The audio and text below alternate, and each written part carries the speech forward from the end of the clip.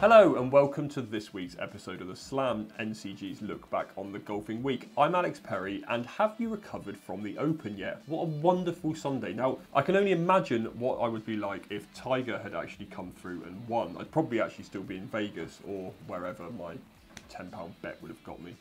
Congratulations again, of course, to Francesco Molinari. A heroic performance to bring first major title back to Italy, but I still feel there were a few unanswered questions from Carnoustie. First of all, why did no one really bat an eyelid at the fact that the world numbers 1 and 2, Dustin Johnson and Justin Thomas, missed the cut? No one really seemed to talk about that.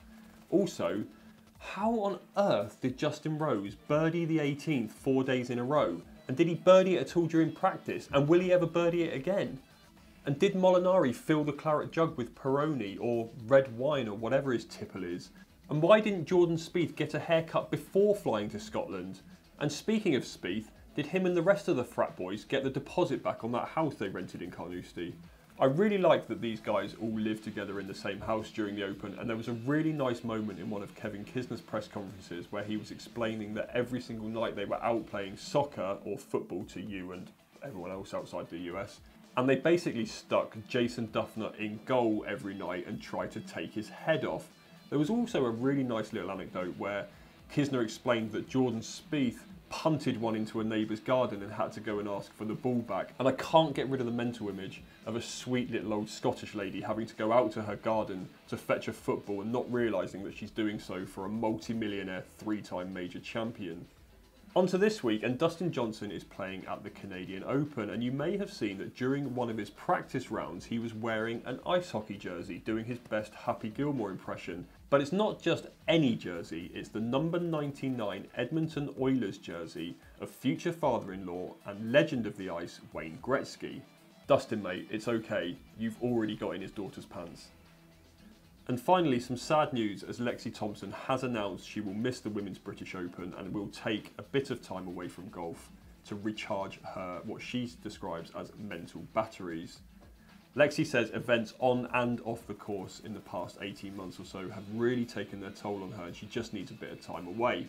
The most famous incident, of course, being at the ANA Inspiration when Lexi was leading and a viewer called in a rules infringement and cost her 4 shots and the title. It's a desperately sad situation for Thompson, and I think I speak on behalf of the whole golfing world when I say come back stronger, can't wait to see you back on the golf course. Now, if your take is she's a multi-millionaire, living the dream, playing golf for a living, something we all dream of doing, it's not really the right take to have, take it elsewhere.